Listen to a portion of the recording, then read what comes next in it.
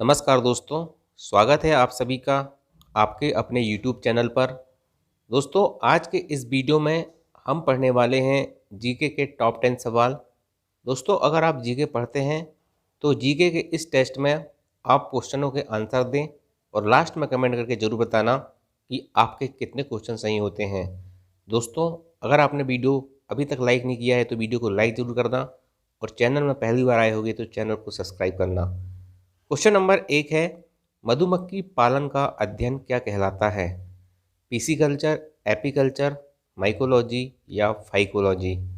तो इस सवाल का सही जवाब है दोस्तों, मधुमक्खी पालन का अध्ययन कहलाता है एपीकल्चर। ऑप्शन नंबर बी इसका सही जवाब होगा।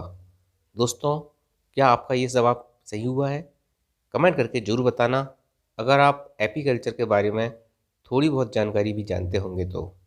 अगला सवाल देखते हैं। पत्तियों का रंग पीला किसके कारण होता है? बताइए भाई साहब, पत्तियों का रंग पीला किसके कारण होता है? 4 ऑप्शन दिए हुए हैं। तो पत्तियों का रंग जो पीला होता है ना, किसके कारण होता है पता है आपको? ये होता है कैरोटीन के कारण। ऑप्शन नंबर ए इसका सही जवाब होता। यानी कि पत्तियों का रंग जो पीला होता है ना, वो कैरोटीन के कारण होता है। बहुत ही इंपॉर्टेंट क्वेश्चन है, कई बार एग्जाम में पूछा गया है, आगे भी रिपीट हो सकता है। दोस्तों, अगर आपको वीडियो का पढ़ाने का मेरा अंदाज पसंद आ रहा होगा तो वीडियो को लाइक जरूर करना। नेक्स्ट क्वेश्चन देखते हैं। किसकी कमी से मधुमेह रोग होता है? मधुमेह मतलब दोस्तों इसे डायबिटीज़ कहते हैं। सिंपल भाषा में, गाँव देहात की भाषा में बोले तो शक्कर की बीमारी बोलते हैं।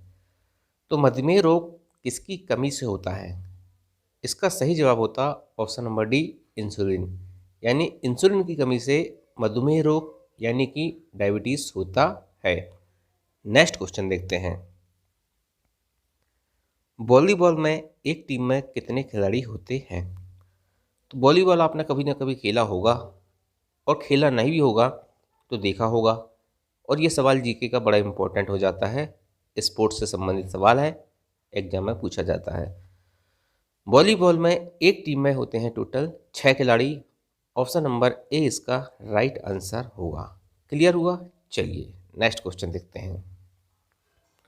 संतोष ट्रॉफी किस खेल से संबंधित है? दोस्तों, स्पोर्ट्स में ट्रॉफियों से बहुत ज़्यादा क्वेश्चन पूछे जाते हैं, आपको पता होना चाहिए। संतोष ट्रॉफी जो है दोस्तों, याद रखना, ये फुटबॉल से संबंधित है। ऑप्शन नंबर बी इसका सही जवाब होगा। चलिए नेक्स्ट क्वेश्चन देखते हैं। दोस्तों, अभी तक आपके 5 में से कितने क्वेश्चन सही हुए हैं, इससे भी आपको पता चल जाएगा कि आपका किस लेवल की तैयारी आपकी एग्जाम की हो चुकी है। नेक्स्ट क्वेश्चन, सिकंदर किसका शिष्य था? सिकंदर आपने सुना ही होगा दोस्तों। सिकंदर की सेना ने ब्यास नदी को पार करने से इनकार कर दिया था और कहते हैं कि जो जीता वही सिकंदर। मतलब दोस्तों, जीतने का दूसरा नाम सिकंदर था। ठीक है, तो सिकंदर किसका शिष्य था, किसका चेला था?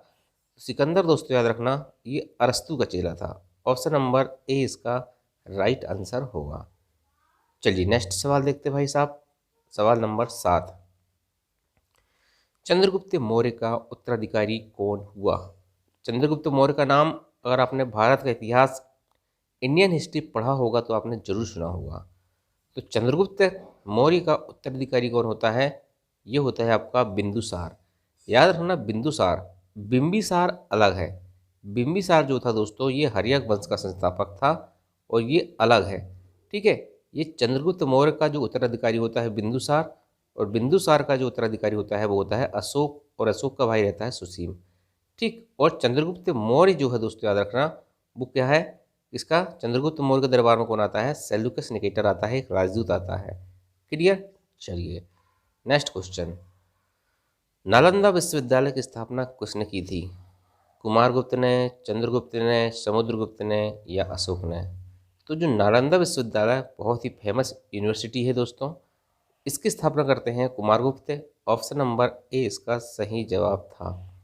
ठीक है, चलिए नेक्स्ट सवाल है, गुप्त काल में सर्वाधिक महत्वपूर्ण व्यापारिक केंद्र कौन था? तो जो गुप्ता डायनेसिटी थी दोस्तों, उसमें सर्वाधिक महत्वपूर्ण व्यापारिक केंद्र था उज्जैन। उज्जैन आपने सुना होगा, महाकाल की नगरी। ठीक है, महाकाल की नगरी आपने सुना होगा, तो वही उज्जैन में दोस्तों जो गुप्त काल था उसके समय में ये महत्वपूर्ण व्यापारिक केंद्र था। ठीक है, चलिए नेक्स्ट क्वेश्चन देखते हैं। भारतीय संविधान की संचालन समिति के अध्यक्ष कौन थे? तो संचालन समिति के अध्यक्ष थे doctor Rajendra Prasad. Option number A इसका राइट आंसर होगा कि जो संचालन समिति थे उसके अध्यक्ष थे डॉक्टर राजेंद्र प्रसाद। अच्छा, आपने एक प्रारूप समिति सुना होगा। प्रारूप समिति के अध्यक्ष होते हैं भीमराव अंबेडकर जी। चलिए, संघ शक्ति समिति होती है, संघ संविधान शक्ति समिति होती है, उसके अध्यक्ष रहते हैं कौन? आपके पंडित जवाहरलाल नेहरू। लेकिन इस सवाल का सही जवाब था ऑप्शन नंबर ए, संचालन समिति के अध्यक्ष डॉक्टर राजेंद्र प्रसाद थे। तो दोस्तों ये 10 सवाल थे। 10 में से आपके कितने सही हुए हैं कमेंट करके बताना। और 2 सवाल दोस्तों मैं आपसे पूछूंगा, इनके जवाब आपको कमेंट में लिखना है। महाराष्ट्र का सुकरात किसे कहा जाता है? इस सवाल का सही जवाब दें।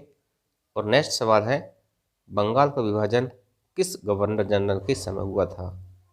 ये 2 सवाल दोस्तों बहुत इंपॉर्टेंट सवाल हैं, और जो स्टूडेंट सबसे पहले जवाब देगा और सही जवाब देगा तो ये मान के चलिए दोस्तों कि उसकी तैयारी बहुत अच्छे लेवल की है। तो चलिए दोस्तों, अगर वीडियो पसंद आया होगा तो एक बार फिर से कहना चाहूँगा आपसे, लाइक ज़रूर करना, और चैनल में पहली बार आए होगे तो चैनल को सब्सक्राइब करना।